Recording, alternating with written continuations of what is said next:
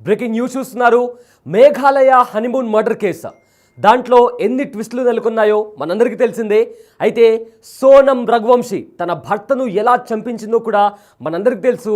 ఆ కేసు దేశవ్యాప్తంగా సంచలనంగా మారింది. అయితే ఈ కేసులో మరో ఇంట్రెస్టింగ్ ఒక వీడియో బయటకు వస్తుంది.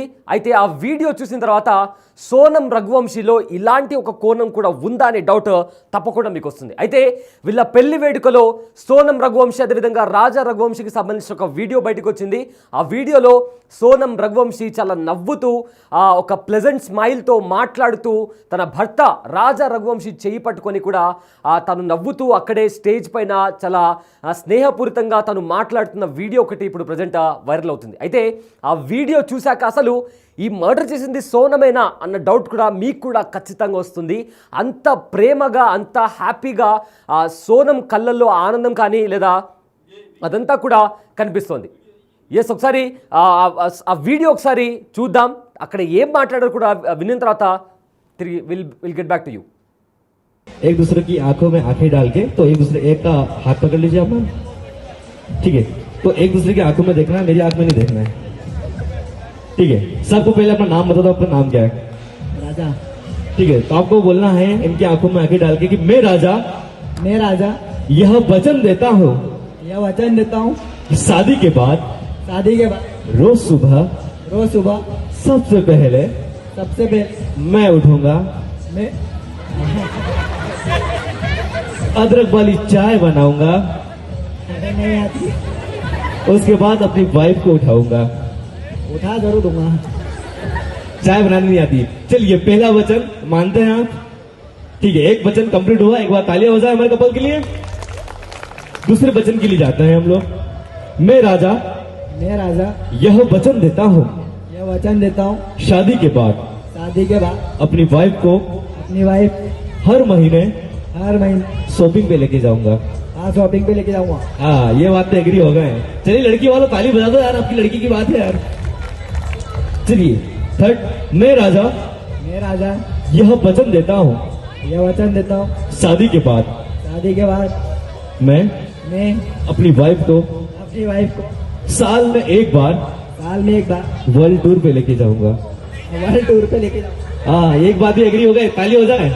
एक फाइनली एक हम बस दुल्हन से एक वचन लेंगे, लास्ट वचन लेंगे, और अगर वो एग्री हो गई इस वचन के लिए तो मैं मान जाऊंगा। चलिए मैम, आपका नाम सबको बता दीजिए आप। सोनम, ठीक है। मैं सोनम यह वचन देती हूँ कि शादी के बाद राजा ओ जी हमारे ओ जी, ठीक है। शादी के बाद ये अपने दोस्तों के साथ कहीं भी जाए।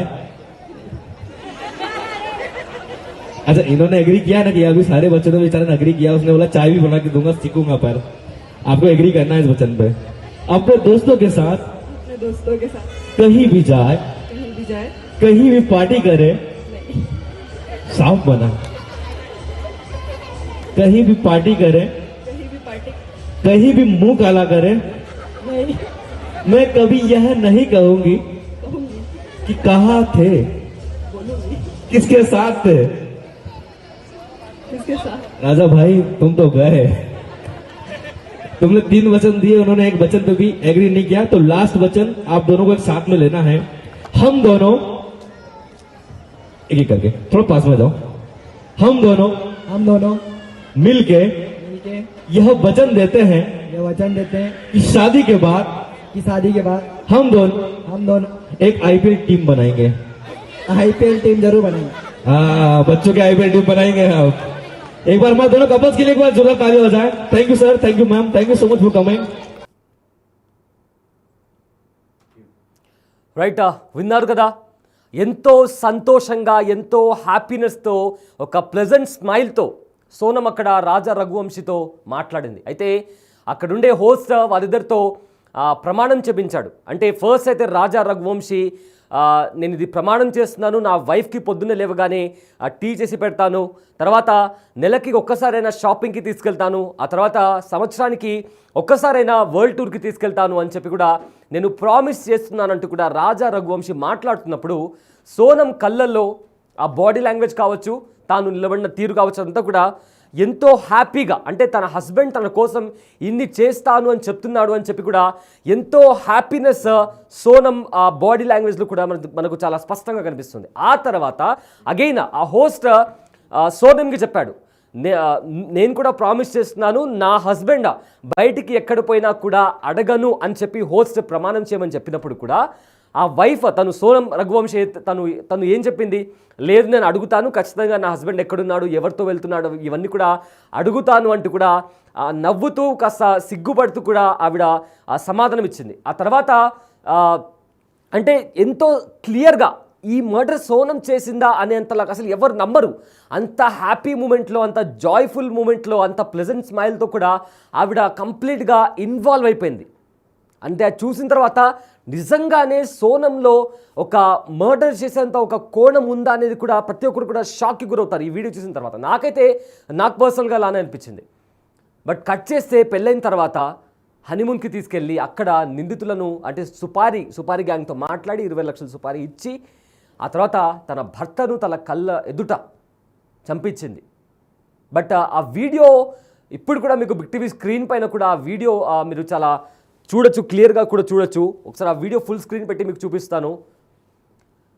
ఒకసారి చూడండి. అక్కడ అంటే ఆ హోస్ట్ మాట్లాడుతున్నప్పుడు ఆయన మీ భర్త మీకోసం ఇన్ని ప్రామిసెస్ చేస్తున్నాడు, మీరు ఆ మాత్రం ప్రామిస్ చేయాలి అంటే లాస్ట్ క్వశ్చన్, అవును నేను భర్త ఎక్కడ పోయినా అడగను అని మీరు ప్రామిస్ చేయండి అని చెప్పినప్పుడు తను నవ్వుతూ లేదు అట్లెట్లా నేను ఖచ్చితంగా అడుగుతాను, తన ఫ్రెండ్స్తో బయటికి పంపించాను, ఇవన్నీ కూడా తను చాలా నవ్వుతూ చాలా క్యాజువల్గా ఒక ప్లెజెంట్ స్మైల్తో ఎంతో పాజిటివ్ బాడీ లాంగ్వేజ్తో కూడా తను అక్కడ నిలబడి రాజా రఘువంశీ చెయ్యి పట్టుకొని మరి తను అక్కడ నిలబడి మాట్లాడుతుంది.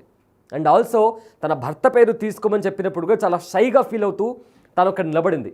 అండ్ ఇది చూస్తే అసలు సోనం ఇక్కడ ఈ సోనమేనా చంపింది అనేలాగా కూడా కొన్ని డౌట్స్ కూడా వస్తున్నాయి.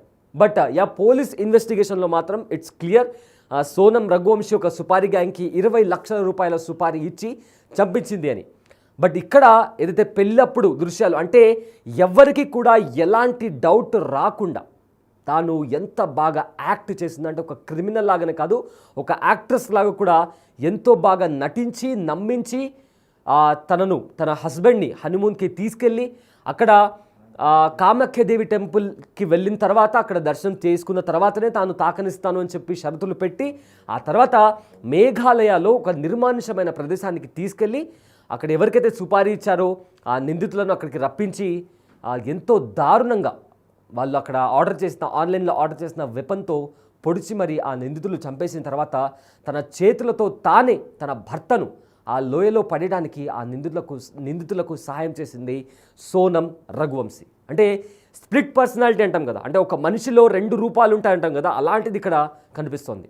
అక్కడ స్టేజ్ మీద ఏమో ఎంతో నవ్వుతూ ఎంతో హ్యాపీనెస్గా షై ఫీల్ అవుతూ ఒక పాజిటివ్ గెస్చర్తో ఒక పాజిటివ్ మైండ్ సెట్తో పాజిటివ్ బాడీ లాంగ్వేజ్తో కూడా అక్కడ తన హస్బెండ్తో ఒక మూమెంట్, అంటే ఈ మధ్య వెడ్డింగ్స్లో ఇలాంటివి చాలా సాధారణం, ఒక ఈవెంట్ క్రియేట్ అవుతుంది, అక్కడ హోస్ట్ ఒక ఫన్ గేమ్స్ క్రియేట్ చేస్తారు, ఇవన్నీ జరుగుతుంది. అలా వాటన్నిటిలో కూడా ఇష్టం లేని పెళ్లి చేశారు అనే ఏమాత్రం రిగ్రెట్ కూడా తన కళ్ళల్లో కానీ అక్కడ ఏం కనిపించట్లేదు. అంటే ఎంతలా నటించి ఉంటుంది, ఎంతలా నమ్మించి ఉంటుంది.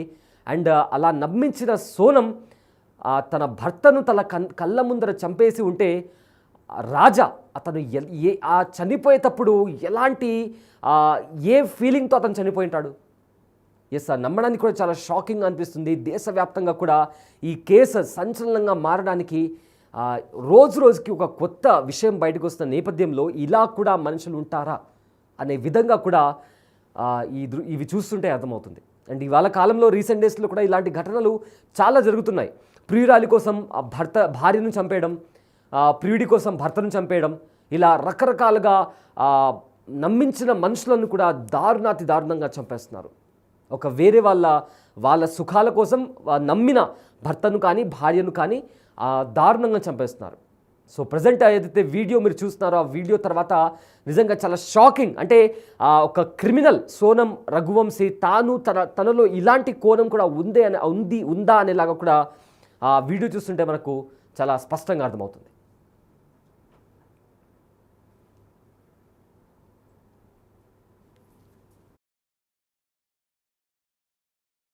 डाल के तो एक दूसरे एक का हाथ पकड़ लीजिए आप मैम, ठीक है. तो एक दूसरे की आंखों में देखना है, मेरी आंख में नहीं देखना है, ठीक है. सबको पहले अपना नाम बता दो, अपना नाम क्या है. राजा.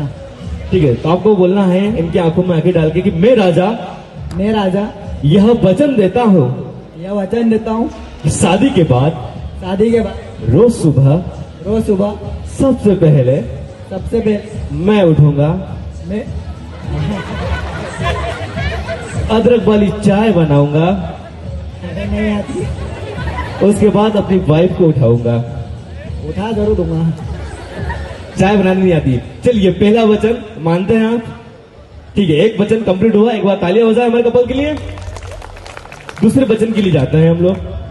मैं राजा यह वचन देता हूँ शादी के बाद अपनी वाइफ को अपनी वाइफ हर महीने हर महीने शॉपिंग पे लेके जाऊंगा.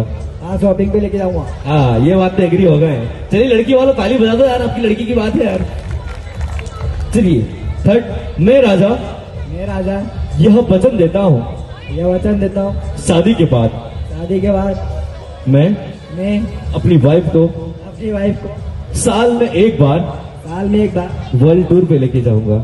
वर्ल्ड टूर पे लेके जाऊंगा. हाँ, एक बात भी एग्री हो गए, ताली हो जाए.